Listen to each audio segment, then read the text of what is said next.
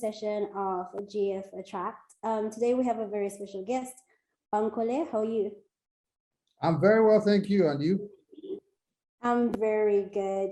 Okay, so thank you again for coming on to the show and for joining us. I'll get straight into the questions.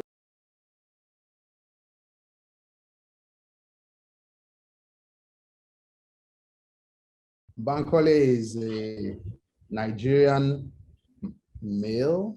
I think it's only right to start from there. Nigerian male.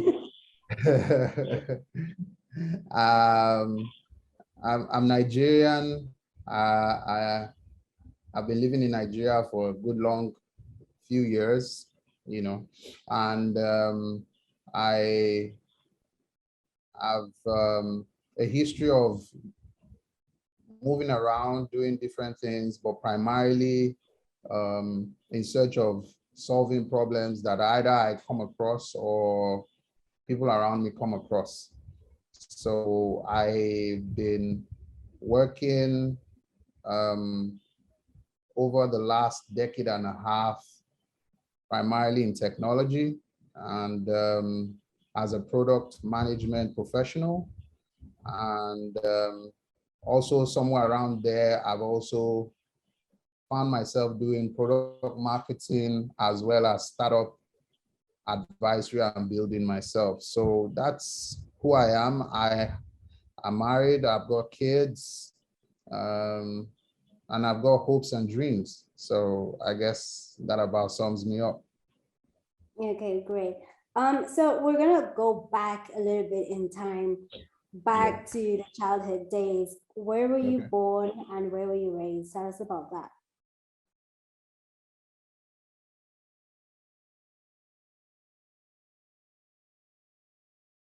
Okay, I was born in Surulere. If you've ever heard the Wizkid song, Surulere.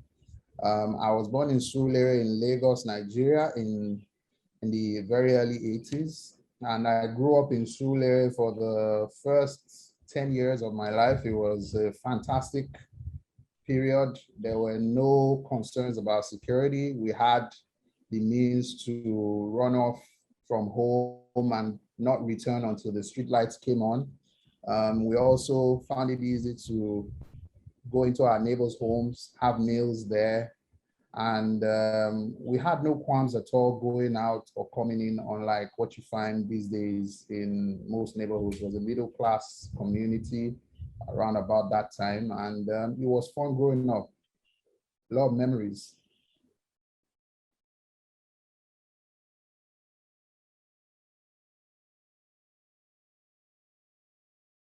I grew up in a family of 5 kids, 2 girls, 3 boys. Are the last of the 5, and it was a family that placed a lot of emphasis on excellence, pursuit of goals and independence. It was a very disciplined family, right? My parents were very disciplined, and they ensured that we were well disciplined and well behaved as well. And if you grew up in the 80s in Nigeria, you would know that you couldn't stray too far away before someone was going to pull you right back, whether it be your parent or your sibling or even a neighbor. So that's what family was for me. It was very interesting because being the last of 5 kids, I had to deal with managing upwards, if you know what that means. If you're the last in a family of 5 kids, you're going to either get sent on multiple errands, or you're going to either get pushed around a lot, and you needed to learn to hold your own.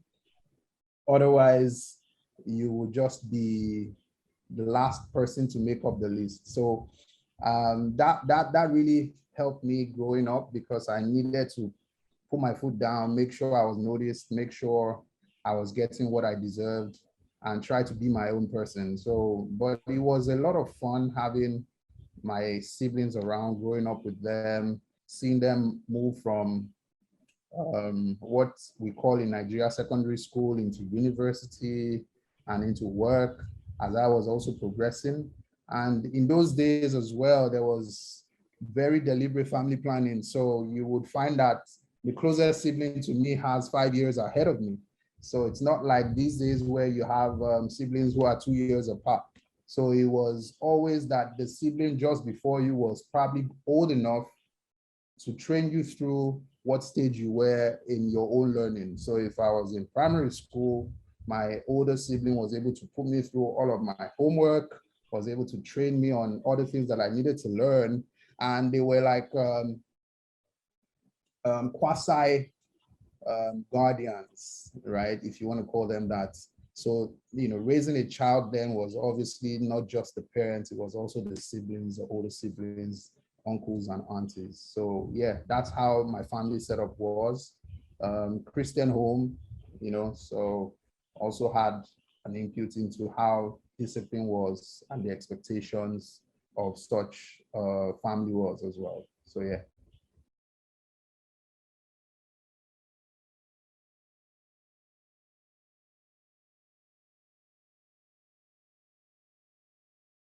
Father is a trained accountant, and he worked in a bunch of different places while I was growing up. He worked, the last I remember he worked at before he struck out on his own was in an insurance company.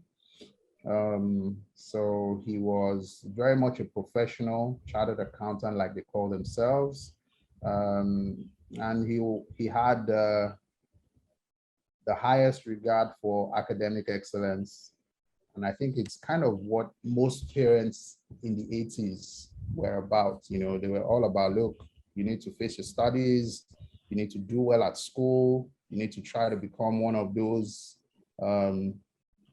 A-list kind of professions, whether it's a doctor, an engineer, an accountant, a lawyer, or one of those professions from the 80s that people placed a lot of emphasis on. So that's what my father did. Yeah. And your mother, what did your mother do back in the Oh, day? my mom was a banker. She worked with one of the oldest banks in Nigeria. But she's also from a part of the country where commerce is major for them. So it wasn't long before she quit the 9-to-5 job and opened up a trading business of her own. So she did a lot more trading in my growing up years than I remember banking in my earlier years. So that's what my mom does or did back then, obviously.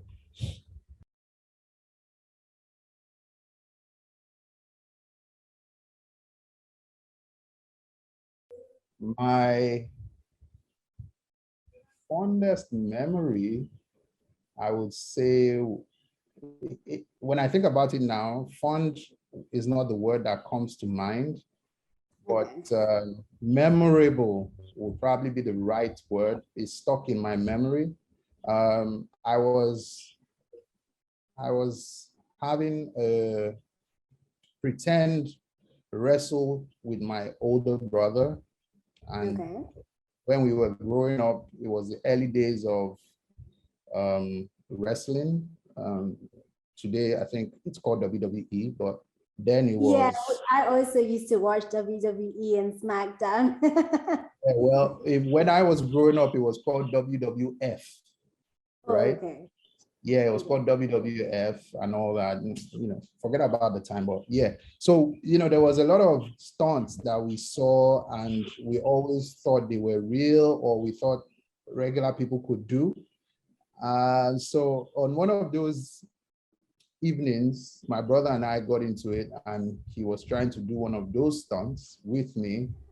And I ended up breaking my collarbone. So it's one of the memories that stuck with me since I was a kid.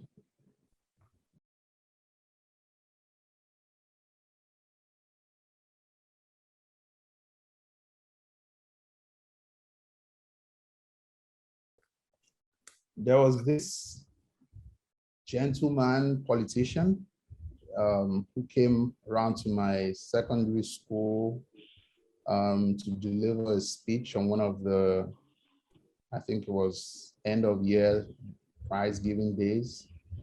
And his name is, he's late now, he's no longer alive, but he was a very accomplished man politically and professionally. He was a lawyer.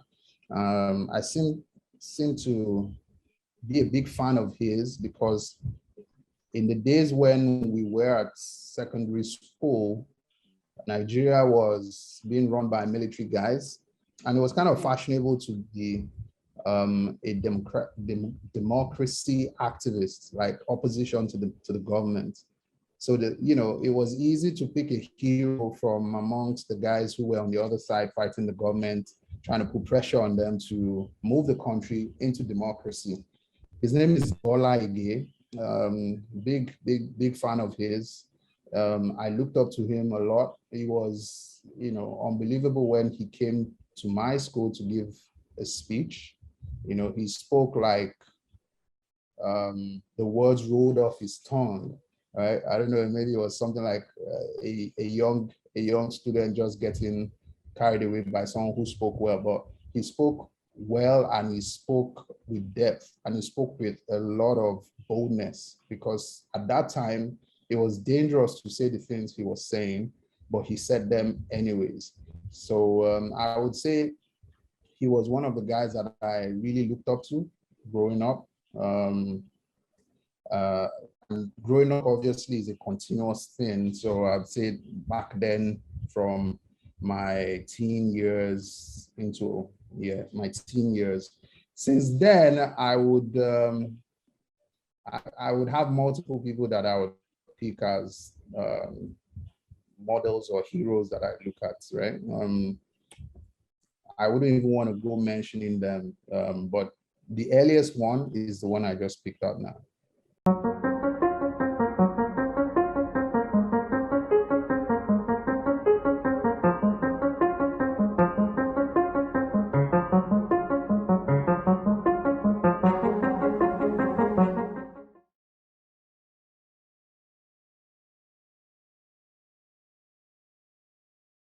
No, interestingly, I would say my favorite thing in my house right now would be a couch. Okay. Why? It would be a couch, because it just makes my life easy when I want to not be at my desk, like I'm talking to you now, and I just want to get stuff done, you know, not be so uptight, but still be able to get stuff done. So it will be the couch in my family living room, I would say. I would say, I don't know. I haven't given it much thought, but now that you mention it, I think you would probably find me there if you don't find me here. So yeah.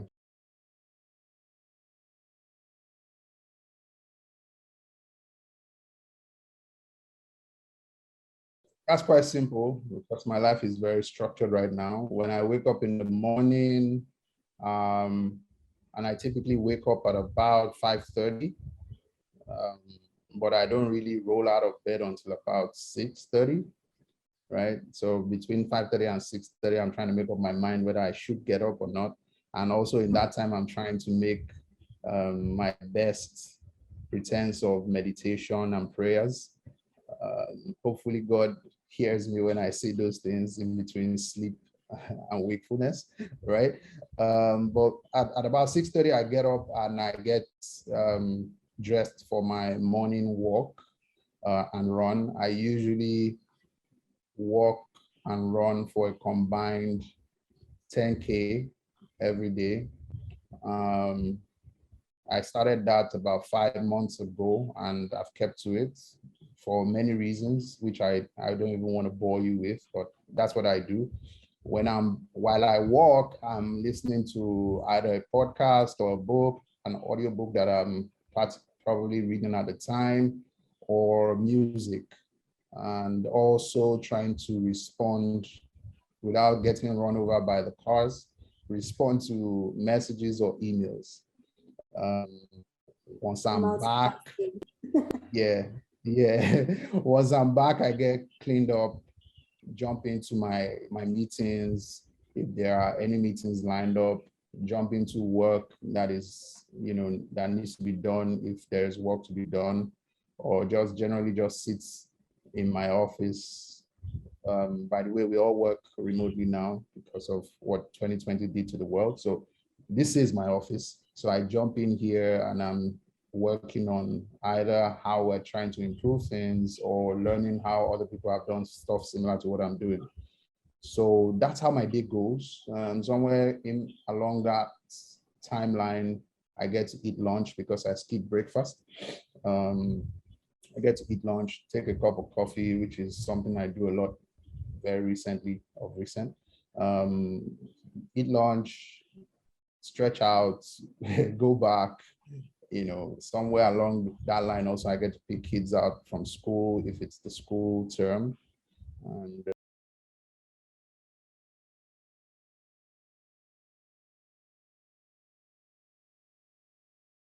best gift I've been given so far. Interesting. A pen, a diary, maybe. Nah, Wise diary. words, maybe. Oh, I think a watch.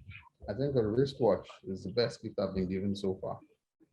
Okay, and it keeps you on time every time, right? Well, I'm not sure about keeping me on time every time. But what I am sure about is it's something that I treasure, right? It's got sentimental angles to it and something that I treasure. So yeah.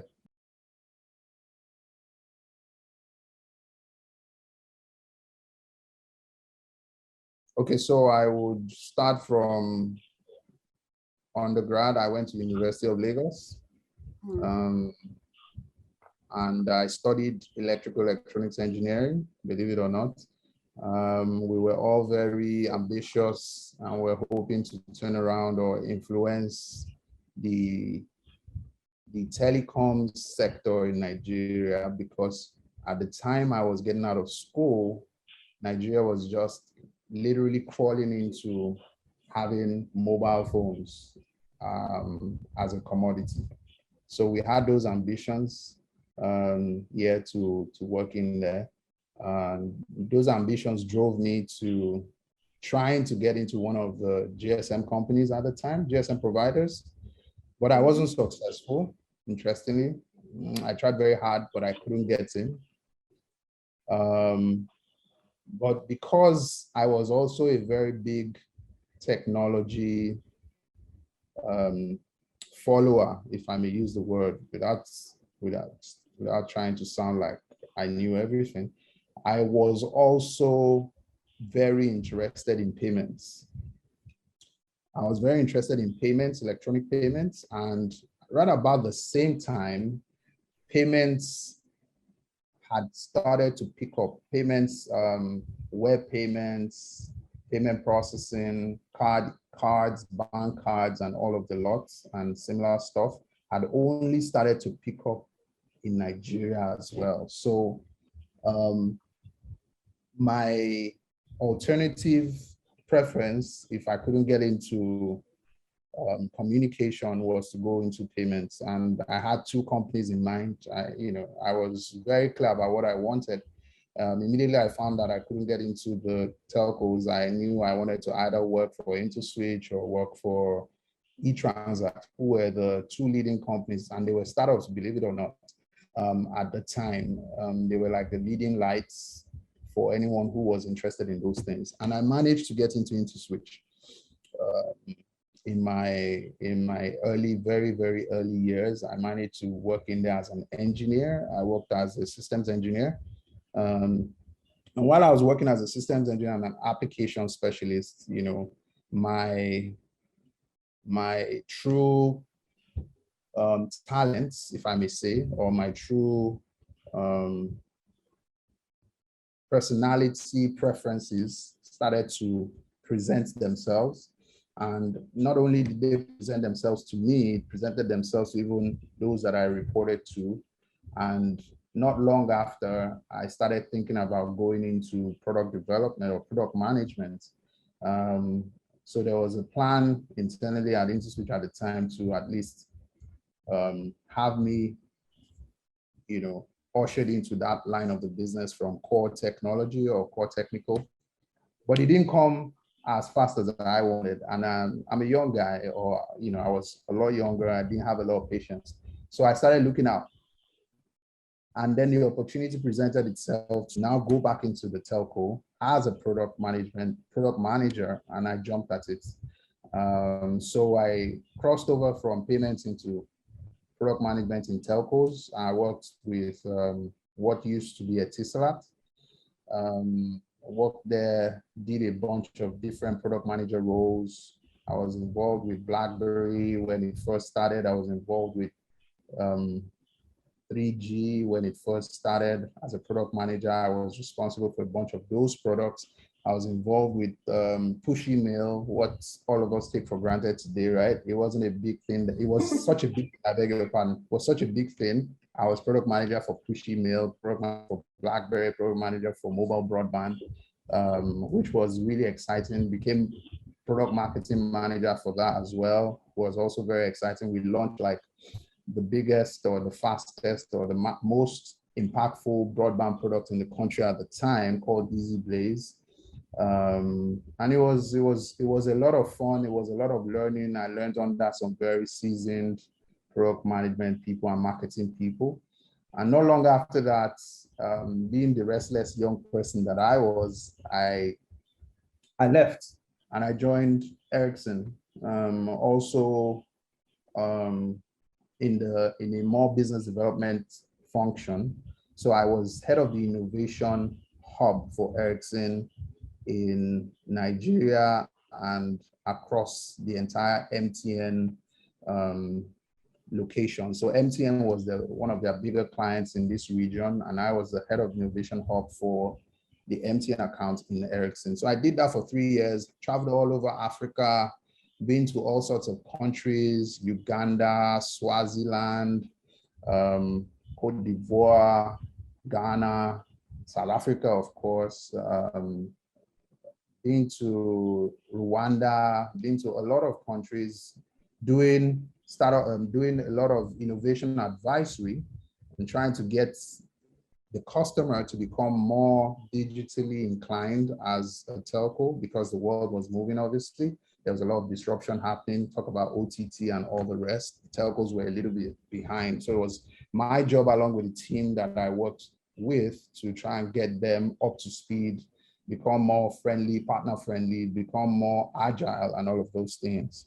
So I did that for 3.5 years, and then I got picked up by another telco that needed to do the same thing, but from the inside. So I got picked up by Airtel.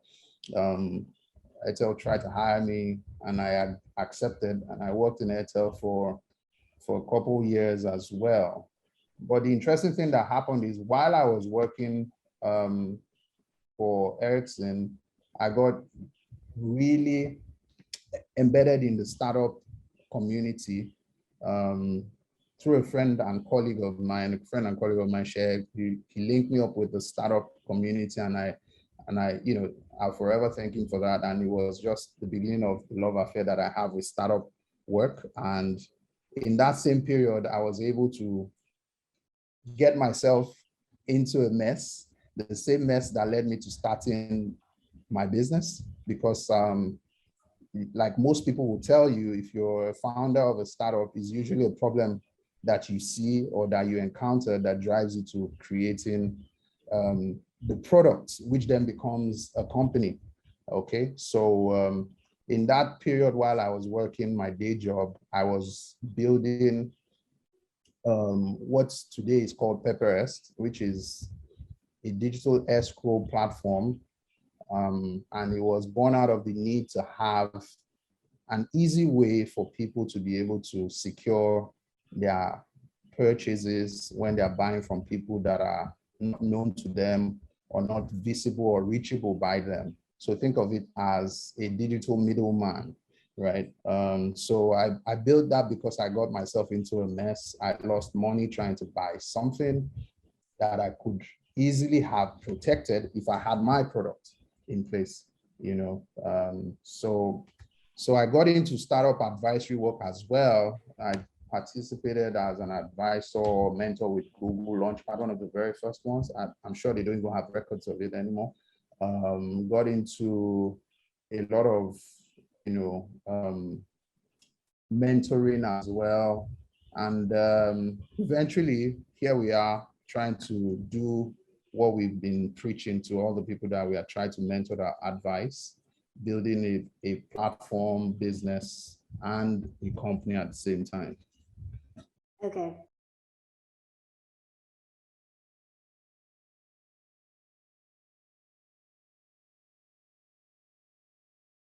Right? When I was in my undergrad years, I was one of the guys who didn't stay much at school. Please don't tell my parents if you find them anywhere. In my penultimate and final year, I was a lot more outside than I was on campus attending lectures, because I was so interested in owning and running a business that I couldn't wait to get out. And interestingly, opportunities presented themselves to me at the time. So I always had this yearning to own a startup. Funny thing, at the time, it wasn't called startups. And it wasn't, at least it wasn't known to us as startups. It was just known to us as a business or something, right? And at the time also, there wasn't any knowledge about financing, about traction, about any of those things. It was more of what value could you give that people were willing to pay for? How could you connect one person to another that needed what you had or something of the sort? So that interest was always there, just to put it into context. So all the while, I registered. So in those early years, I built a messaging business, mobile messaging business. So it was, remember, this was when GSM just came into the country. So bulk messaging was becoming a thing, what you call mobile marketing today. So I had built one of those such platforms that lets every average person like yourself or myself just go on a website and upload or just list the numbers of people that you wanted to send a message to, and you push it all out. So I built that. So I had that knack, I had that interest, and I had that background.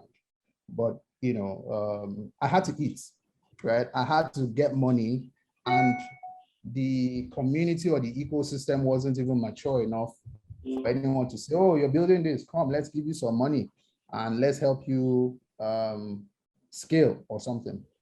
So innovatively, I had to fund my passion for building things, which was what took me to getting a job.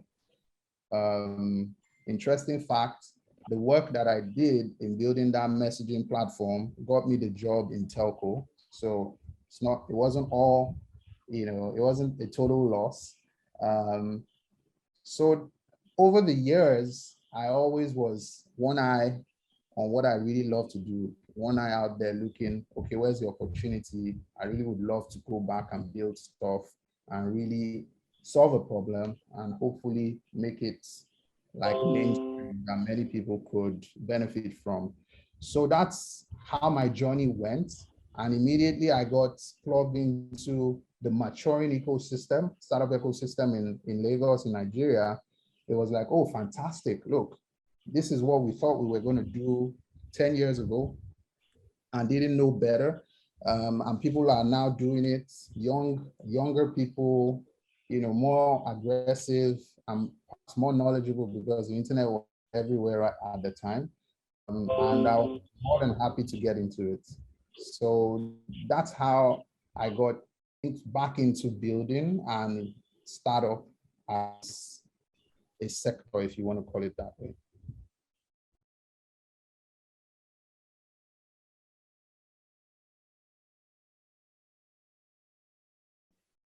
I'm sure you've heard the stories of all the guys in Silicon Valley who told you that once they were done with work during the day, at night they spent it building stuff.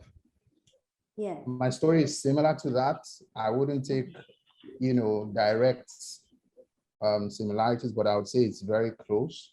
Being a product manager, it wasn't difficult to identify a problem. It wasn't difficult to put together like a vision of what your product should do because you knew the problem you were trying to solve. It was more of how to find the hands that were going to write the code, because I didn't write code for you to realize what was the MVP at the time. So yes, I worked 9 to 5, obviously, but when I wasn't doing 9 to 5 work, which was probably 5 to 9, if you want to call it that way, but probably maybe 2 or 3 hours in between for traffic or commuting home and back, I was building. I was working with a team of developers, reviewing, correcting, and testing essentially what we today have as a product. And we're not done, by any stretch. I ask myself, when is the building going to stop? It seems it's never going to stop. So it's just reality. It's just reality. You're going to keep building while you serve customers and while you solve problems. So yeah.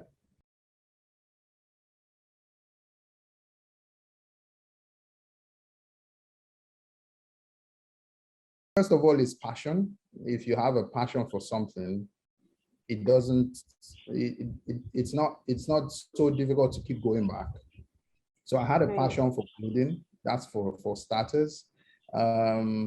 Balancing definitely was a challenge because for a job where you were a manager and you were responsible for revenue, there was always going to be need for undivided attention, right? So obviously, one was always going to suffer. And most times what suffered was the one that wasn't paying the bills.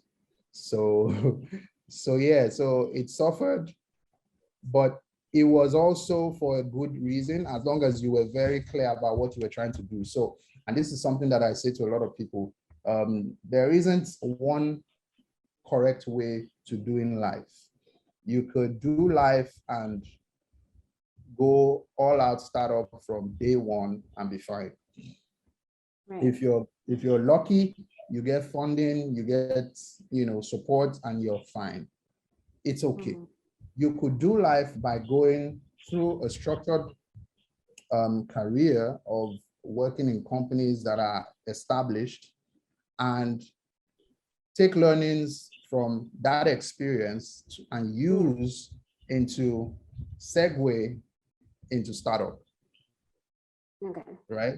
That is also fine. There is no wrong way. The most important thing is if you're adding value, if you're creating, if you're solving problems, that's the most important thing. So for me, right, I took it as, look, this 9 to 5 is training school on how a business should run, on how a product should be built. It's also my own startup or angel investor, if you want to look at that, because to build costs money. You've got to get guys together to write the code. Not all of them are going to catch that vision of saying, my sweats, you can turn my sweats into equity, don't pay me. Some of them are contractors, and no, there's nothing wrong with that. Look, they got to pay their bills, right? So something's got to pay for what you're doing or the time you're spending. If your 9 to 5 is funding that early stage build, by all means, get a job. If you're able to access funds from the very start, by all means, go ahead. Don't demonize one way or the other, but be very clear about your targets. And then to wrap it up, business, family, as long as you have a very understanding partner, it helps a lot. However, there's also always going to be a limit to balance, right? To imbalance, if you want to call it that way. You've got to also pinch yourself every now and then when it seems like all you're doing is sitting at a table, writing the code, building a product, while every other thing is not getting any attention. So I had to learn through all of those. you know, while